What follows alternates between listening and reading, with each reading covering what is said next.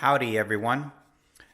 Well, you can see that I have the shop yet again slightly reconfigured, and this time it's in prep for putting some vinyl on the wings.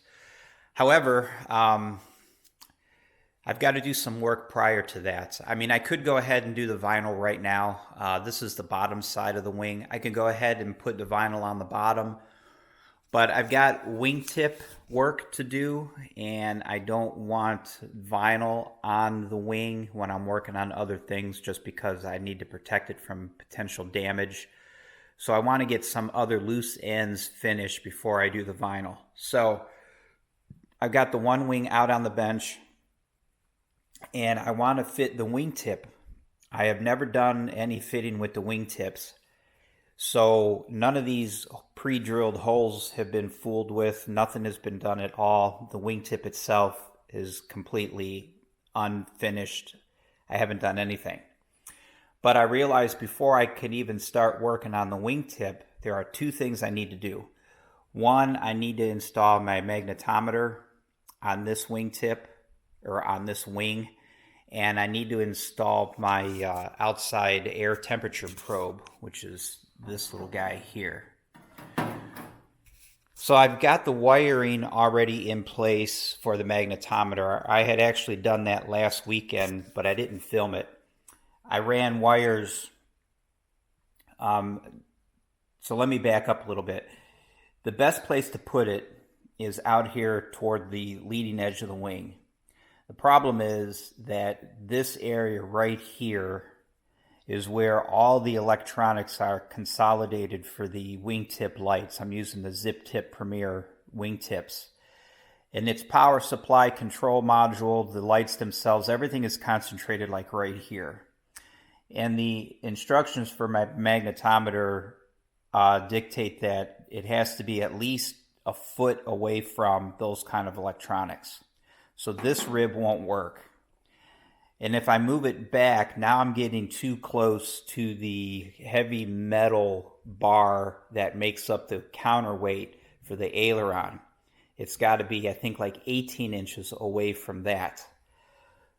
So I've decided to put it on this rib. So I've already got the holes drilled on this rib, reaching through these lightning holes.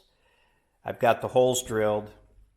I was able to run the cable, the wires for the module, through some existing bushings that I had already put in these ribs going all the way out the wing root. And that wasn't really that hard to do. I just took I think it was like an eighth inch diameter stainless steel tubing and taped the wires to the end of that, and then I just fed it through the existing bushings along with this wire bundle. There's enough room in here that I was able to run that through and push it through until I got to this access cover, and then I was able to reach in here and grab it and continue to feed it until it came out the other side, and then I untaped the wires. So that wasn't very difficult. So the wires are in. The holes are drilled. I've got the unit right here. This is ready to go in. I got my brass mounting hardware. So this can go in, and that will be done. And then I can move on to the outside air temperature probe, which is here. I don't know what I'm going to do with it yet, but that's going to be next. When those two items are finished, I believe at that point, I can start on the wing vinyl. So that's kind of where I am. I'm hoping today, well, I know for a fact I'll get the temperature probe done. I'll get this magnetometer mounted and done, and then I can start on the wingtip. That's going to be a bigger project because there's a lot to do. When that is finished, then I'll do the wing vinyl, then I'll do the other wing. Okay, talk to you guys later. Howdy, everyone.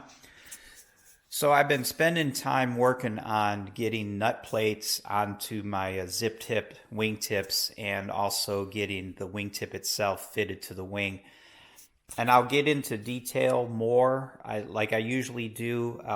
If I have multiple pieces to do right, I've got two wingtips. So what I'll do with the first one is I'll go through it basically off camera just to get a feel for what needs to be done, what processes make the most sense, what technique I want to use, whatever. I kind of get through all of that on the first piece. And then when I do the second piece, that's usually when I'll do my videotaping and explain things in more detail, because at that point, I kind of already know what I'm going to do and what needs to be talked about and what might not need to be talked about, things like that. So this is the first wingtip. This is the left wingtip. And it's finished except for I have to mount the access cover here. That's what I'm going to be working on now.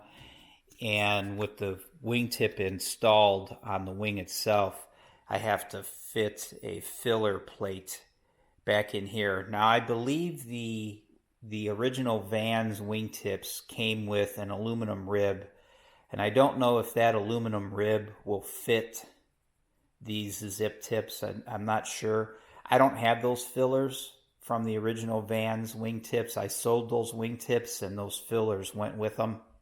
So I'll have to make up something for in here, but that's going to be later after I get this access panel finished. So as you can see, I've elected to do screws instead of hinge for these. It's just personal preference. You can also see that I've added an aluminum strip down the entire length of all the rivets. That's just for strength and reinforcement. Between the aluminum strip and the fiberglass is fuel tank sealant. So all of these aluminum strips are held in place with fuel tank sealant. And of course, while that's still wet, I rivet on the nut plates. And it's just more of the same type of work, right? You locate the hole, you locate your rivet holes, you do your countersinking, put everything together without fuel tank sealant, with or without the aluminum strip, do your riveting, and that's that. And that's basically all there is to it, right? We've done this kind of work before, so it's really nothing new. It's really not that big of a deal. But just to be thorough, when I do the other wingtip, I'll go through everything in steps and I'll try to do some videotaping. So next up is this access cover, and this is going to be no different than what I just did with these rivets. I'm going to figure out, let me switch hands here. I'm going to figure out where in this flange area I want to put nut plates. Once I figure out where I want to put them, then it's just a matter of fitting the lid, drilling the lid, drilling the flange, putting in the nut plates. Now for this particular application, I don't believe I'm going to do any metal reinforcing, and I don't believe I'll do any fuel tank sealant. It's just going to be plain nut plates riveted to the plain fiberglass. So we'll see. But that's the next step, and we'll see how that goes. All right, I will talk to you guys later. Howdy, everyone. All right, so it's been a while since I've done any kind of recording, and I'll get to that here in a second, but I believe when I had left off in the last video, I was talking about wings and wing tips and getting the tips fitted to the wing itself. So this is the left zip tip, and it's pretty much finished. You can see I'm doing the as advertised Vans attachment. I'm not using hinges. I'm just using nuts and bolts and nut plates. Actually, no nuts, just nut plates and screws. And you can see I've got an aluminum reinforcement strip. And I've got this foam filler back here. This is not finished, but anywho, this is still a work in progress. This is 99% finished. If you remember, if you had seen the videos of the tail pieces where I had closed off some openings with foam, and then I had stood it up on end and made sure it was perfectly level and top coated it with two-part epoxy and just let the epoxy kind of find itself level. I still need to do that. This needs to be top coated with the two-part epoxy. And I may add a little bit more in here I haven't decided yet. Add some more of this foam. I'm not going to go into any details with this because, like I had said before, I want to do like a complete wingtip and a complete wing vinyl to make sure that my thoughts and my processes and my techniques are somewhat valid.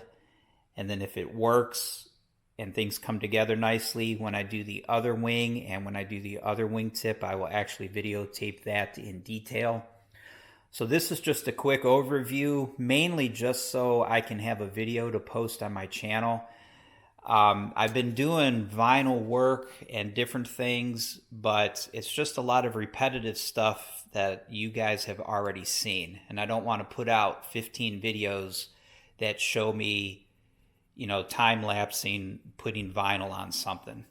So this is just a quick overview of what I've been doing on the wingtip: drilling holes, trimming, nut plates, reinforcement plates, foam, epoxy, things of that nature.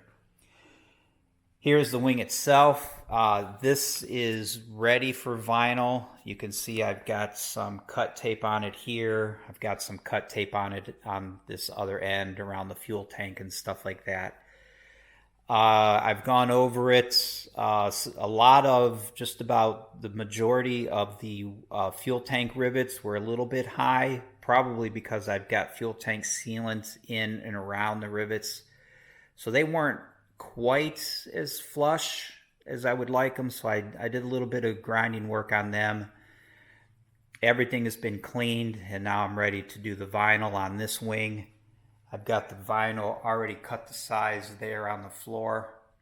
So it's just a matter of, like I had done on all the other pieces, just put it down.